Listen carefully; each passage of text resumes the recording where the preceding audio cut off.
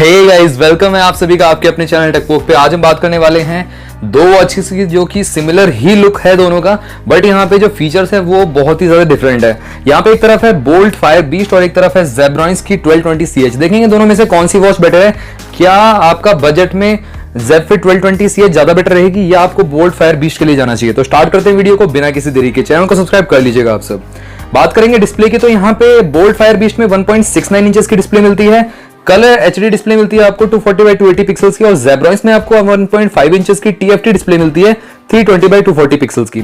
यहाँ पे raise to wake आपको दोनों में मिल जाता है। बोल्ट फायर बीस्ट में आपको ऑलवेज ऑन डिस्प्ले का ऑप्शन नहीं मिलता, ना ही जेब्रॉनिक्स में मिलता है। आगे बात करें, यहाँ पे 2.5D कर्व ग्लास यूज किया गया है बोल्ट फायर बीस्ट में, और जेब्रॉनिक्स में आपको 2.5D कर्व ग्लास यूज किया गया है। साथ में गोरिल्ला ग्लास 3 का प्रोटेक्शन भी मिल जाता है। उसी के साथ साथ जो टेक्स्ट की शार्पनेस है वो थोड़ी सी कम है जेब्रॉनिक्स की as compare to Boult Fire Beast. आगे बात करें, जो पीक ब्राइटनेस है वो भी कहीं ना कहीं जेब्रॉनिक्स की मेरे को कम लगी, क्योंकि मैंने इसका रिव्यू भी कर रखा है, इसका डीप डाउन कंपैरिजन भी कर रखा है बहुत सारी वॉचेस के साथ। तो यहाँ पे कहीं ना कहीं इसका सबसे बड़ा फ्लॉ यही है कि इसकी जो ब्राइटनेस है, पीक ब्राइटनेस है, वो बहुत कम है, थोड़ी सी डल लगती है यहाँ पे। उसी के साथ साथ थोड़ा सा आगे बढ़ते हैं, यहाँ पे बात करेंगे वॉच फेस सपोर्ट के बारे में। तो यहाँ पे एप्लीकेशन सपोर्ट और वॉच फेस आपको मिल जाते हैं। जेब्रॉनिक्स की एप्लीकेशन में आपको hundreds of cloud based watch faces मिल जाते हैं, साथ में एप्लीकेशन सपोर्ट भी आपको मिलता है। बोल्ट फायर बीस्ट में एज ऑफ नाउ 12 से 15 या 20 तक आपको वॉच फेसेस मिलते हैं और एप्लीकेशन सपोर्ट भी मिल जाता है आपको, और गैलरी में से आप कोई भी इमेज को ऐसा वॉच फेस लगा सकते हो। दोनों ही वॉचेस में फीचर अवेलेबल है।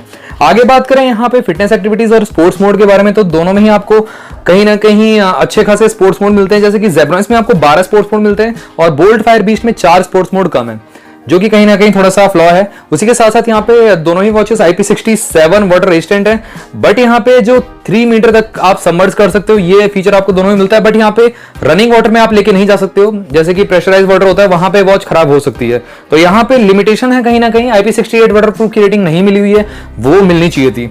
आगे बात करें, यहाँ पे कंसिस्टेंट स्टेप्स काउंटिंग और स्पोर्ट्स मोड एक्टिविटीज का ऑप्शन आपको मिलता है दोनों में ही। यहाँ पे एक्यूरेसी के मामले में मैं आपको कंफर्म तो नहीं कर सकता कितनी एक्यूरेट होंगी, बट यहाँ पे जो मिड रेंज वॉचेस होती हैं वो आपकी, अगर जेब्रॉनिक्स की है या रियलमी की है, ये सारी जो ब्रांड्स हैं, ये आपकी करीब करीब 70 to 80 या 90% तक एक्यूरेसी दे देती हैं अकॉर्डिंग टू द ब्रांड। अभी सबसे 1 नंबर पे एक्यूरेसी जिसकी चल रही है वो है अमेज़फिट। अमेज़फिट में बायो ट्रैकर 2PPG होता है, जिसकी वजह से उसकी एक्यूरेसी बहुत ज्यादा अच्छी हो जाती है। हेल्थ असेसमेंट सिस्टम भी होता है उसके अंदर। सेकेंडली मैं रिकमेंड करना चाहूंगा रियलमी की वॉच। रियलमी की वॉच सरफेस टेस्ट को पास कर जाती है। सरफेस पे वो कभी भी मेजर नहीं करती, SpO2 लेवल्स या फिर हार्ट रेट लेवल्स को नहीं मेजर करती है। और थर्डली नंबर पे आती है जेब्रॉनिक्स की। जेब्रॉनिक्स की भी कभी कभार मेजर कर लेती है, कभी कभार नहीं करती है। उसके बाद सारे ब्रांड्स आते हैं जो भी हैं। और टैग की वर्व वॉच भी बहुत अच्छी है, मैंने उसके रिव्यूज पढ़े हैं और डेफिनेटली वो भी एक कंसीडरेबल अमाउंट से आप उसको भी एक बार देख सकते हो। आगे बात करते हैं, यहाँ पे वापस से अपनी स्लाइड पे आते हैं। यहाँ पे दोनों में सारे के सारे सेंसर्स आपको मिल जाते हैं, एक्सेलेरोमीटर, हार्ट रेट सेंसर और जायरोस्कोप सेंसर।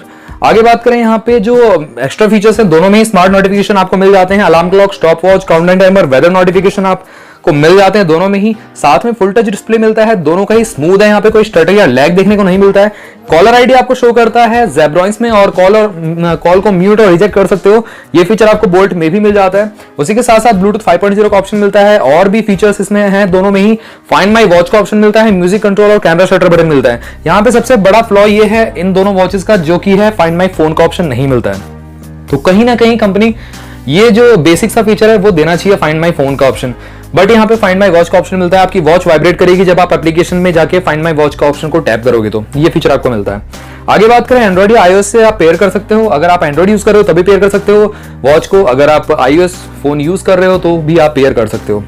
आगे बात करते हैं थोड़ा सा सॉफ्टवेयर हार्डवेयर के मामले में, तो दोनों ही वॉचेस अच्छा परफॉर्म करती हैं। यहाँ पे दोनों ही सिमिलर परफॉर्म करती हैं।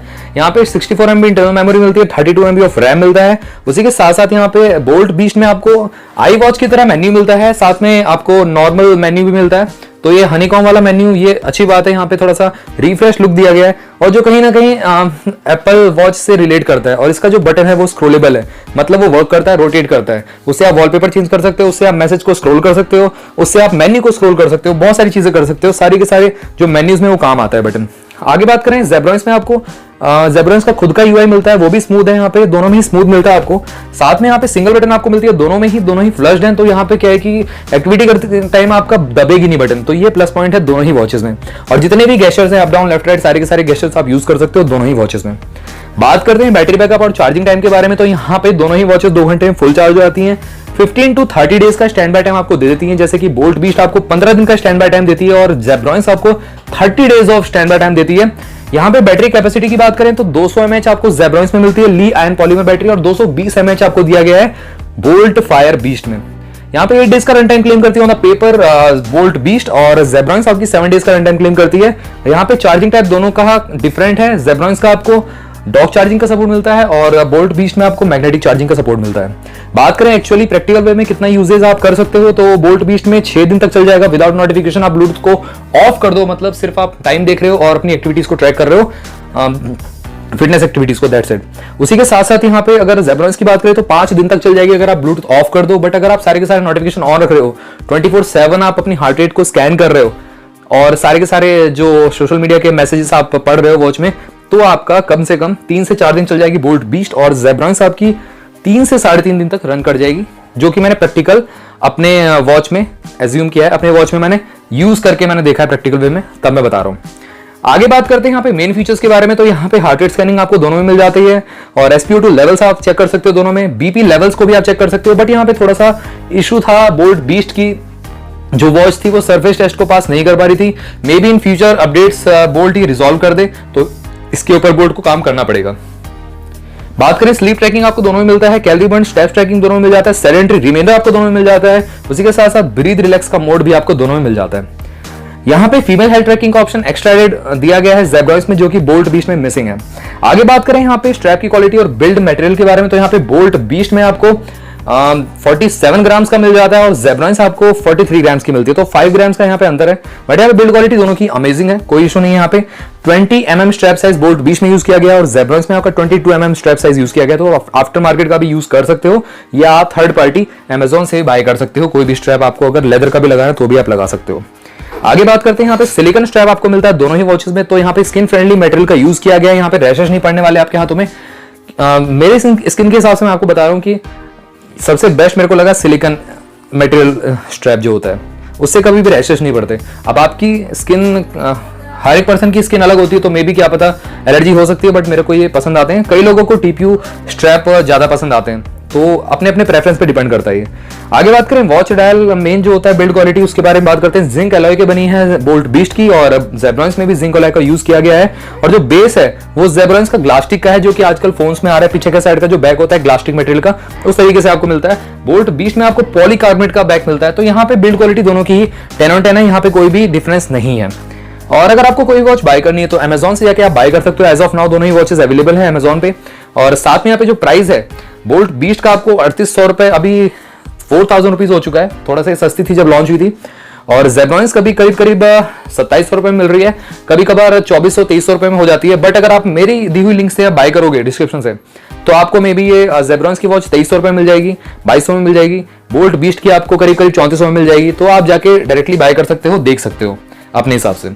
तो आई गेस मैंने सारे के सारे यहाँ पे टॉपिक्स कवर कर दिए हैं। कोई आपका डाउट या क्वेरी रह जाता है तो आप कमेंट बॉक्स में पूछ सकते हो मेरे से, डेफिनेटली मैं आपकी हेल्प कर दूंगा। और इस तरीके की डीप डाउन रिव्यूज के लिए चैनल को सब्सक्राइब कर दो। मिलते हैं नेक्स्ट वीडियो में, टिल देन बाय बाय।